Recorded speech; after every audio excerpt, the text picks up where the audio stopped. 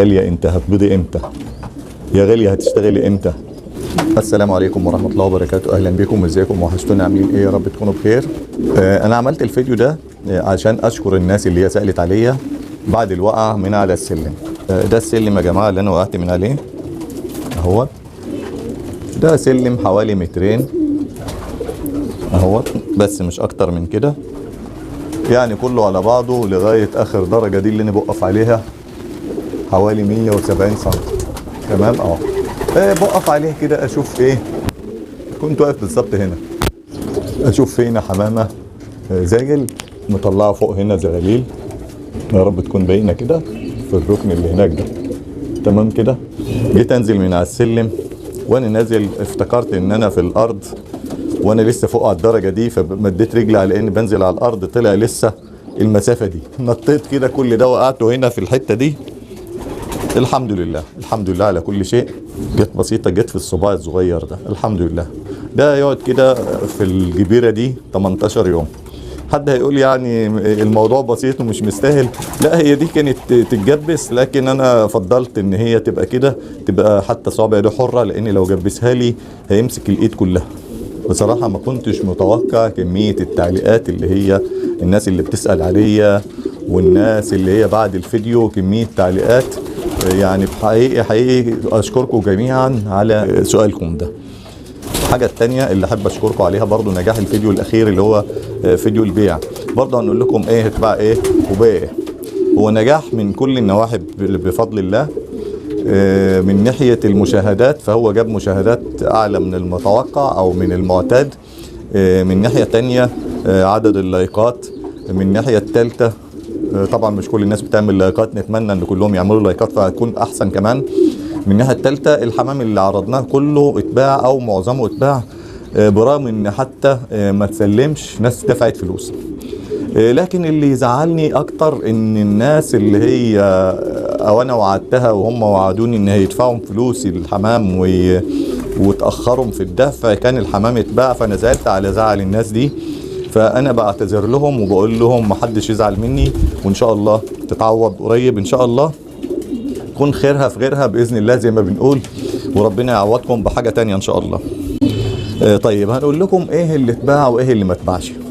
الحمام الزاجل اللي كان شغال كله اللي كان محبوس في سلكاتهم، انا كنت عارض 6 قصوص وقلت في حمام تاني. الحمام الزاجل الشغال اللي عرضناه اتباع. بعض الذكور اتباعت، في ذكور برضو اتباعت، ذكور رومي وذكور زاجل اتباعت. الزغاليل دي اتباعت اللي احنا قلنا عليها. الزغاليل دي اتباعت، بس انا طبعا ما رضيتش اسلم الراجل، قلت له استنى شويه عليهم ياخدوا راحتهم ويعتمدوا على نفسهم اكتر. طبعا الاهالي قربت تفقس. ده اللي هو قلت لكم اللحم السلفر اللي هو وارد الخارج. فرق يا جماعه بين وارد الخارج وبين الاستيراد. الاستيراد اللي هو بختم الشركه، لا ده مش ولاد ختم الشركه، ده جاي من الكويت، ما بنقولش عليه بختم الشركه ولا حاجه. تمام. لكن زي ما انت شايف الزغاليل لسه ما اتفطمتش، والاهالي البيض بتاعها قرب يفقس ان شاء الله. شوف هنا برضو انا محضن اهو جزء من اللحم السلفر برضو عشان لو حد عايزهم اهو. ده اللحم السلفر برضو اهوت مع محضنه تحت لحم ابيض. ما شاء الله لحمهم هم، انا كنت اخد بيضهم، هم حطوا بيضه اهيت. تمام. وادي اللحم السلفر. طبعا ما بسلموش كده يعني، ده ممكن يقعد عندي اسبوعين كمان لحد ما يكون متاكد ان هو 100%. تمام كده. ده بنبيعه زي ما قلت لك بعد اسبوعين كده ب 500 جنيه. طبعا في حاجه زي دي برضو بنجوزها لسه، لان ده مطلوب مني لاخ عزيز عليا، بس دول لسه طبعا ما كانوش اخدين بعض، فان شاء الله لما يحصهم كده ونتاكد منهم نبقى نسلمهم. الناس اللي حاجزه زغاليل لحم احنا قلنا 300 جنيه، والله يساوي اكتر يا جماعه بسم الله ما شاء الله. لو كله بالمستوى ده لو كله بالمستوى ده هنقول ممكن يساوي 400، لكن طبعا مش كله بيطلع بالمستوى ده. اهالي برضو اهي، الناس اللي بتسال حتى اول بيضه، اللي بيسال بالحمى ولا كام يوم. على فكره انا ما بحبش الحمامه اللي بتلحم على 12 يوم والكلام ده، انا عايزها 25 بس تطلع لي زغاليل كويسه زي دي. طبعا اللي شفناه الاولاني زغاليله اكبر، هنا لسه زغاليل لسه صغيره اهيت. عشان الناس ما تستعجلش يعني. هنا كمان زغلول لسه بيدبس ريش. ده شوف صحة الزغاليل، أهم حاجة عندنا صحة الزغاليل. الزغلول الدموية فيه، الزغلول تحس كده إن لونه جلده أحمر، مش جلده أبيض أو جلده مصفر أو لونه باهت، ده لونه أحمر. ليه بقى؟ لأن أنا بستخدم دايما في عمر كده أسبوع اند كلوست لمدة 5 أيام، ربع سنتي في فم الزغلول مباشر. هنا برضو القص ده انا كنت محضن تحته بيضة حمام رومي مع الجزيء الزغليل بتوعه، وبرضو معاه بيض في العش فوق او في الرف اللي فوق.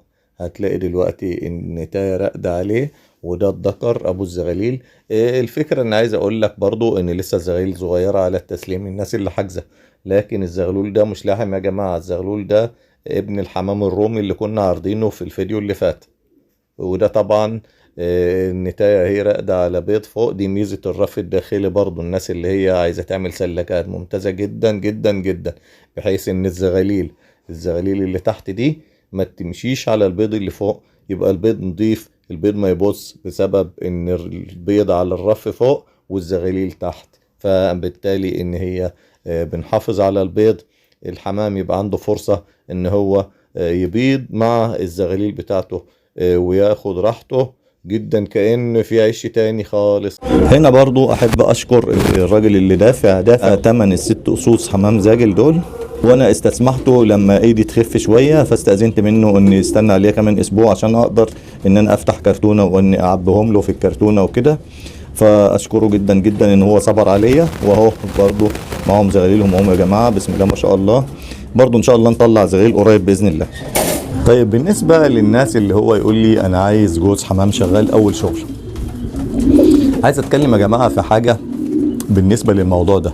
يعني مثلا ده قص انا حاطط ده لسه اول شغل، حاطط ده اللي تحته ده اول شغل، حاطط ده اول شغل، تمام كده. ايه كمان في يعني كام قص كده نهايتهم اول شغل. طيب القص ده طلع باض وطلع واشتغل، هو في نفس العمر بتاع القص ده بتاع النتاية. الذكر ده كبير شويه كان شغال قبل كده تمام، لكن النتاية عشان طبعا النتي انت عارف ان قليله، فبيكون في الذكور اكتر، فبحط ذكر اكبر من النتاية يبقى عنده خبره شويه تمام. لكن النتاية دي لسه اول شغل، يعني ما اشتغلتش، هي لسه على وش شغل، ما نقولش عليها اول شغل، لسه على وش شغل. ودي نفسها الحكايه. انت تعرف انا بطلع كل يوم عشان الناس تقعد تقول لي اديني ميعاد، بطلع اكلم الحمامه، كل واحد يقول لي اعطيني ميعاد هيشتغلوا امتى واستلمهم منك امتى. انا بطلع اكلم الحمامه اقول لها يا غاليه انت هتبيضي امتى، يا غاليه هتشتغلي امتى. بترد عليها تقول لي انا ما اعرفش، ربنا يسهل عليا ادعي لي. اهو متجوزه خالص الذكر اهو زي ما حضراتكم شايفين وزيفه وتمام التمام، لكن انا هعمل لها ايه؟ هي ما بيضتش، ممكن تخلص ريش وما تبيضش، ممكن ما تبيضش خالص. فانا بجربها عندي لما تكون اول شغل، وبعد كده اقول لك ان الحمامه دي اشتغلت او ما اشتغلتش.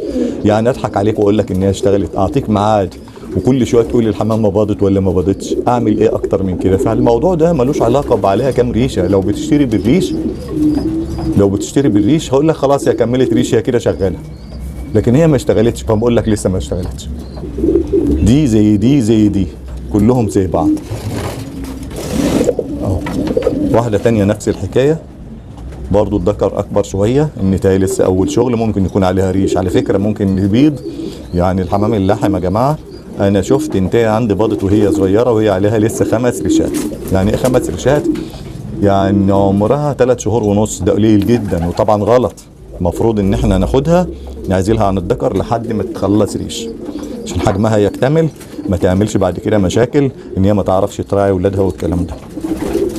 فارجوكم يعني ما حدش يقول لي اعطيني ميعاد لحاجه، الحاجات ديت ده حاجه بتاعت ربنا، ده ريشه احنا بنقول عليه ريش. انت ممكن تطلع تلاقي اي مشكله لا قدر الله توقف لك الدنيا كلها، بنضطر ساعتها بحس باي مشكله. انا بعمل كده، اقول لك خلاص مفيش بيع لحد ما نعالج المشكله، الحمام يمرض يجرى له اي حاجه فبنوقف بيع تماما. لكن ميعاد مفيش ميعاد، لما الحاجه تجهز وحسب تسهيل ربنا بنقول ان الحاجه جهزت. طيب بالنسبه لسؤال قال لي النهارده جاني السؤال ده، بيقول ان هو سائر الناس بتبيع الحمام دلوقتي او هو بيشتري عايز يعمل مشروع، وحد بيقول له ان قص الحمام اللحم مش شغال 700 جنيه. بيقول لي ايه رايك في السعر؟ فانا رديت عليه قلت له الاهم من السعر ان فعلا يكون الحمام ده شغال. يعني انا ممكن اخد قص زي ده لو ب 700 جنيه اشتغل عندي 3 اشهر يبقى عمل بحقه، في شهرين 3 خلاص عملت حقه. اما لو انا جبته حتى ب 400 وما اشتغلش زي ده، فلنفرض عطتك ده ما اشتغلش عندك، انت استفدت ايه من ال 400 جنيه اللي دفعتهم او ال 500 جنيه؟ ولا اي فايده، انت رميت ال 400 جنيه وال 500 جنيه. لكن لو حتى جبته ب 700 ورغم انا اقول لك هو انا لسه ما بعتش بالسعر ده، انا اقصى سعر بعت بيه 600. يعني مش عارفين نعمل ايه في الفتره اللي جايه، لكن انا بقول لك هتشتريه مضمون فعلا شغال فعلا، اشتريه لو بزياده 100 جنيه بس يكون شغال فعلا، هيعوضك عنه، ربنا يعوضك عنه خير وهيرزقك منه وتعمل منه جوزين 3 زغاليل. النهارده جوز الزغاليل ب 300 جنيه، جوز زغاليل معتمدين للذبيح ب 250 جنيه بس، طبعا يكون حجمهم كويس، مش حد يجيبهم زغاليل زي البلدي ويقول لك ان هم دول ايه اللي ب 300 ده الناس بتبيع، لا لازم تبيعهم بحجم محترم.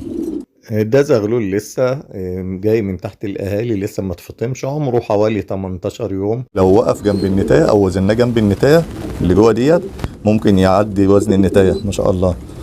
ولسه الزغلول لسه اهو، لسه يمكن ما جابش 20 يوم، نقول عليه 18 يوم ولا حاجه ما شاء الله.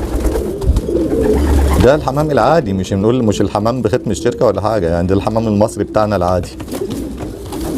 ده لما بيتفطم وبيكون معتمد على نفسه ويكون قرب يفك ريشه او فك حتى ريشه بيتباع ب 300 جنيه.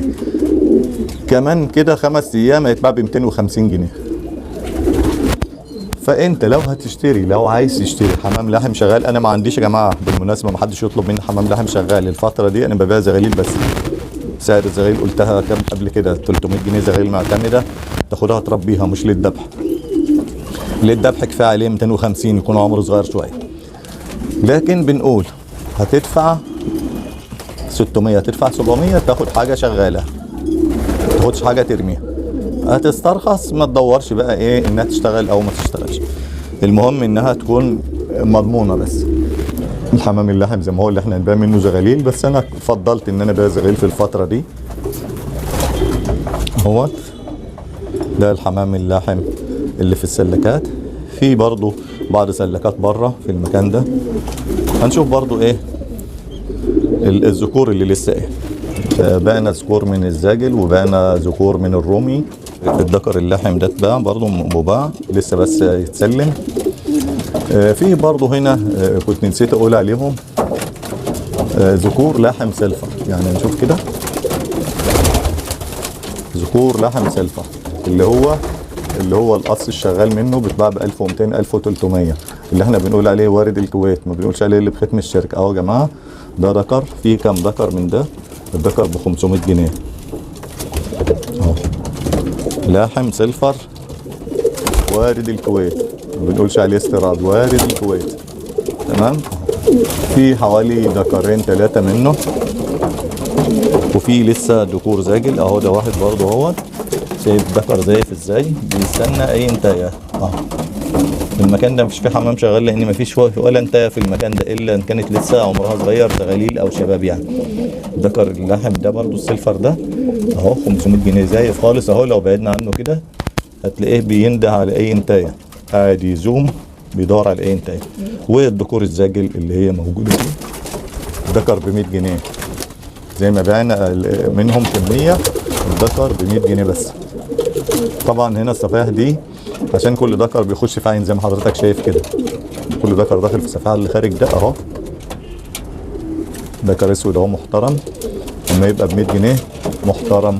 وبرضه فوق اهو الاسود برضه الذكر ده، وذكر جنبه اهوت ازازي. يعني اللي عايز حاجه منهم انا تحت امره. وبشكركم مره تانيه، والسلام عليكم ورحمه الله وبركاته.